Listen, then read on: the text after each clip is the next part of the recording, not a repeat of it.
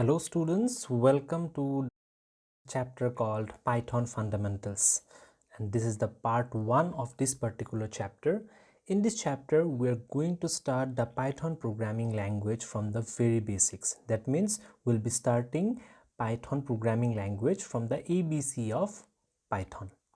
So at first let us discuss about certain terms related to the Python programming language and programming in general. So let's try to understand what a program is. A program is a sequence of instructions that specifies how to perform a computation. So what is a program? It is a sequence of instructions with the help of which we instruct the computer to perform some activity or to perform some computation. Next is programming language.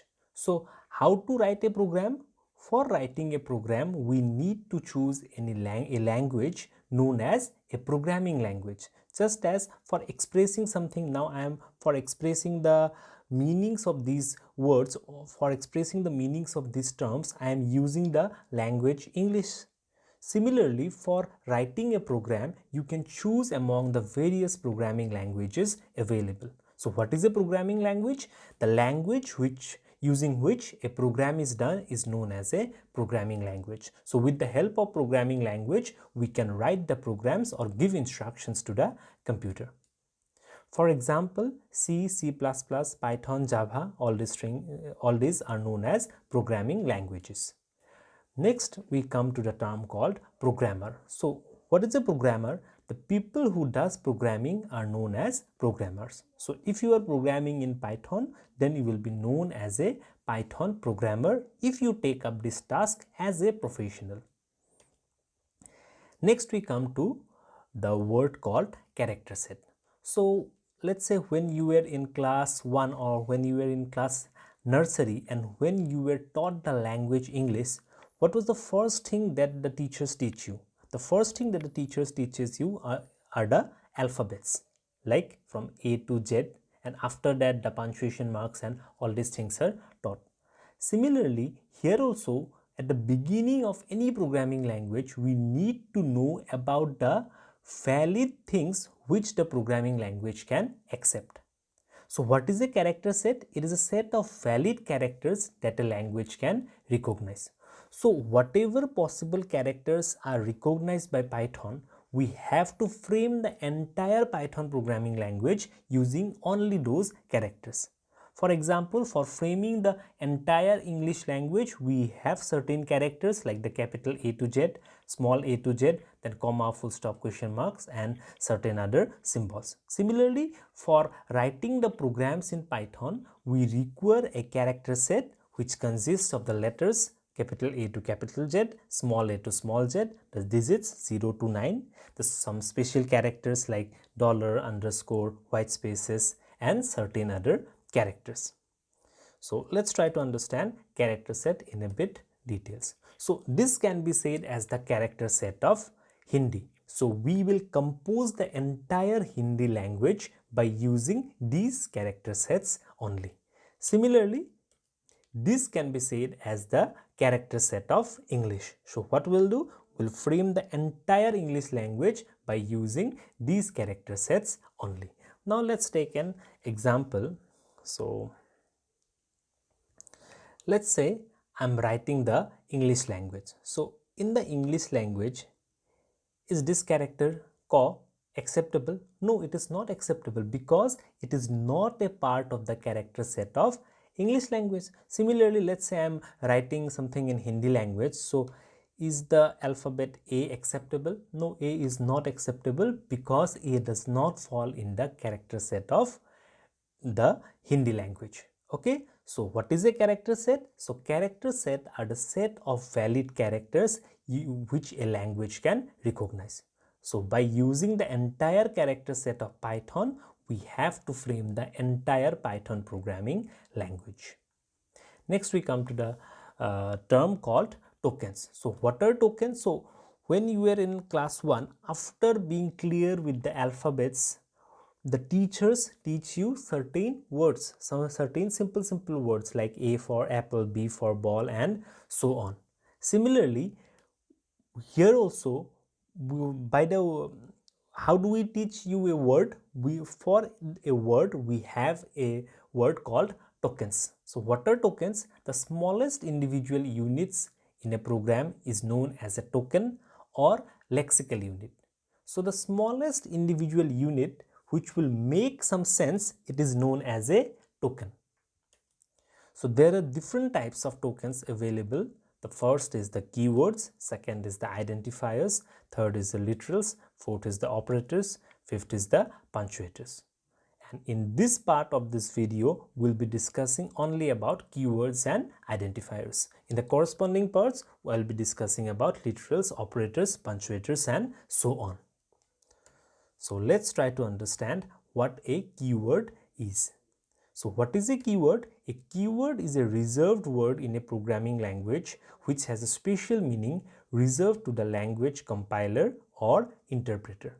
So in the English language, what we have various reserved words like apple. If I say you apple, you will get the image of apple in your mind. If I say book, you'll get the image of book in your mind. So the word book has a certain specific meaning in the English language. Similarly, there are certain words which and those words are known as reserved words, which already has a meaning in the Python programming language. Those words which already has a meaning in the Python programming language are known as keywords of the Python programming language. So these are the valid keywords which are accepted in the Python programming language. Now, how do you see the list of available keywords? So these are the keywords in Python. How do we see the list of available keywords in Python? So for that, what you can do, you can just open the interactive mode of Python, and there you can just type help, and then you will just open and close the first bracket and then press the enter key.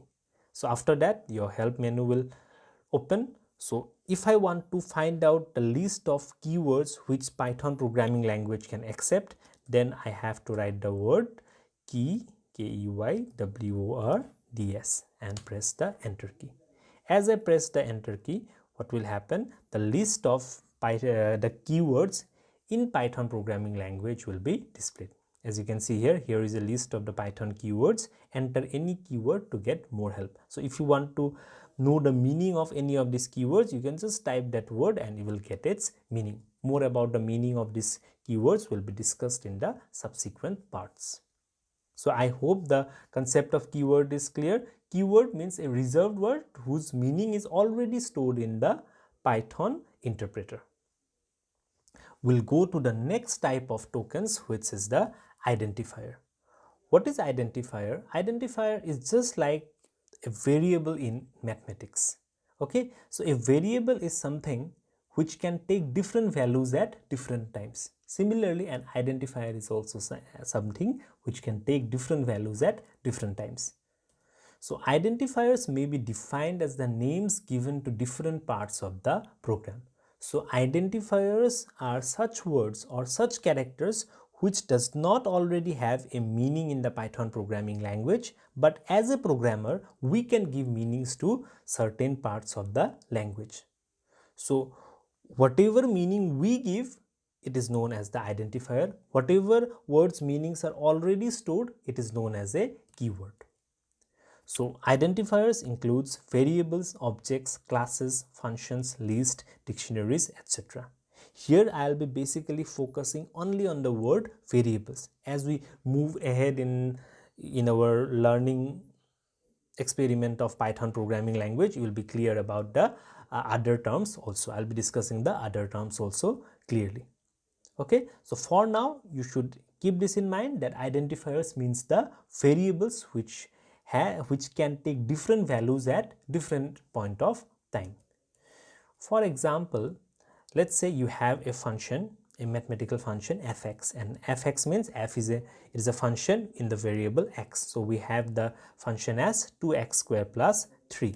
So now here if I put 1 in place of x, what I'll get the answer? I'll get the answer as 5. The calculation is shown here. It's very simple. You have already learned all these things in class 9.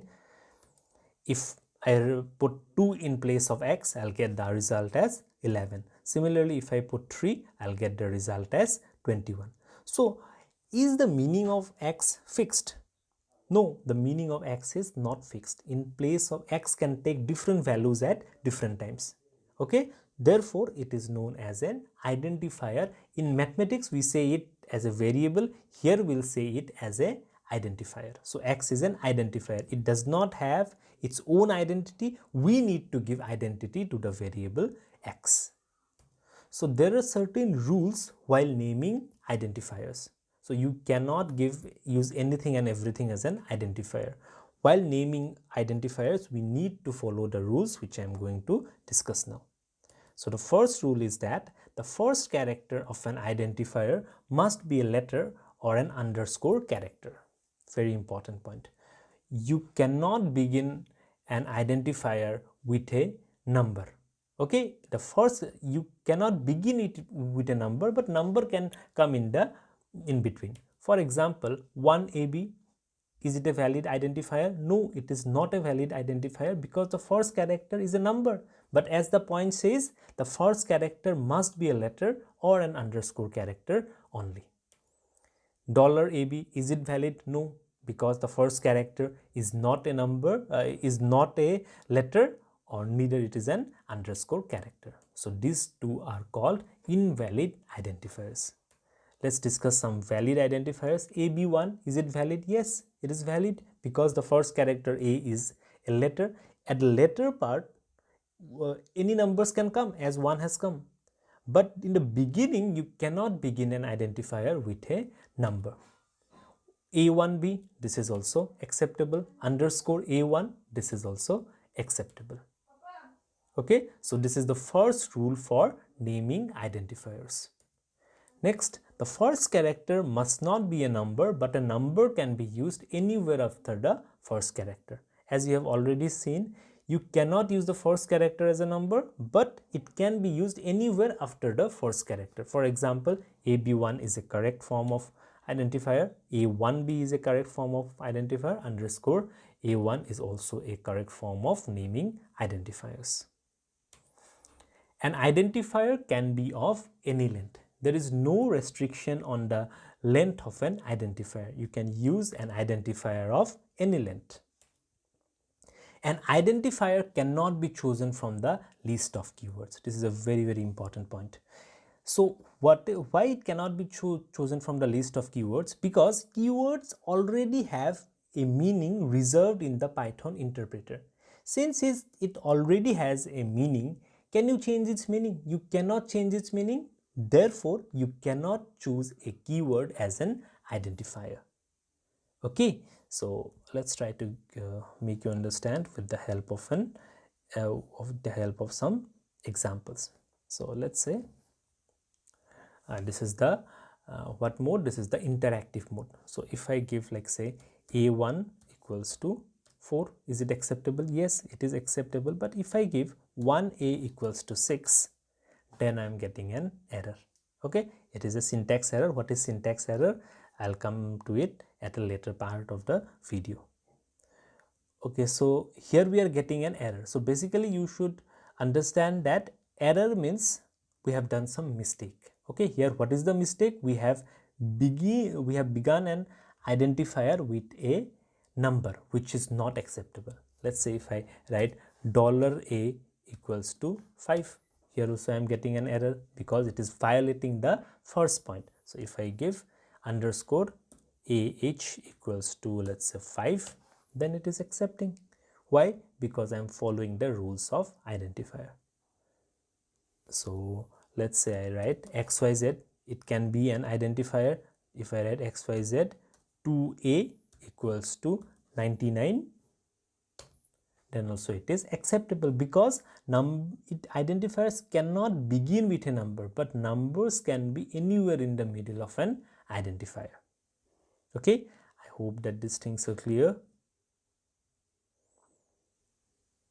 So an identifier cannot be chosen from the list of keywords. For example, if, for, continue, etc. cannot be used as identifier. So if you see here, you will get certain words like if, then where is for, continue, These are what? These are keywords. Therefore, it already has a meaning, so it cannot be used as a identifier again. Let's try to see it by implementing it. So if I write, so continue, as you have already seen, continue is it is a keyword. So if I write continue equals to 7, then I am getting an error here because continue is a keyword. But if I write, let's say if I change it a little bit, if I write continue 1 equals to 7, then it will be accepted because continue already has some meaning in the Python interpreter, but continue 1 does not have any meaning in the Python interpreter. Therefore, I can use continue 1 but not continue.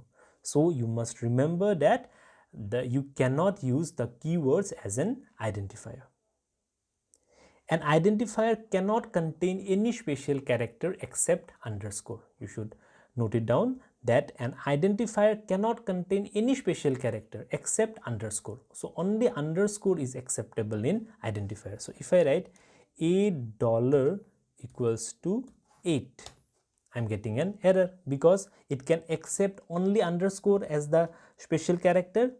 Anything except underscore is not acceptable. So if I write a underscore equals to 8, then it is acceptable because underscore is acceptable here. Let us see some examples of valid and invalid identifiers. So at first, let us discuss examples of some valid identifiers: ABC A underscore B7, AB7X underscore AB, ABC underscore D1, etc. These are valid identifiers. Why? Because they are following the rules of identifiers. Next, let us discuss some invalid identifiers. AB-CD. It is an invalid identifier. Why? Because no special character except underscore symbol is allowed. So I can just try it. AB-CD equals to 7. You are getting an error because nothing except the underscore character is acceptable in the Python programming language as an identifier. Next, 2AB. 2AB, it is an invalid identifier because identifiers must not begin with a digit. Okay, it must always begin with a character or an underscore symbol. Break cannot be acceptable because break comes in the list of keywords. So if you see in the list of keyword, you will get this word called break. Break already has some meaning in the Python programming language. Therefore, you cannot use the word break as an identifier. AB.C, this is also not acceptable because no special character is allowed except the underscore character. So I hope that this session was useful. In the next session, we'll be basically discussing about the other types of tokens, literals, operators, and punctuators. Thank you very much. I'll see you again.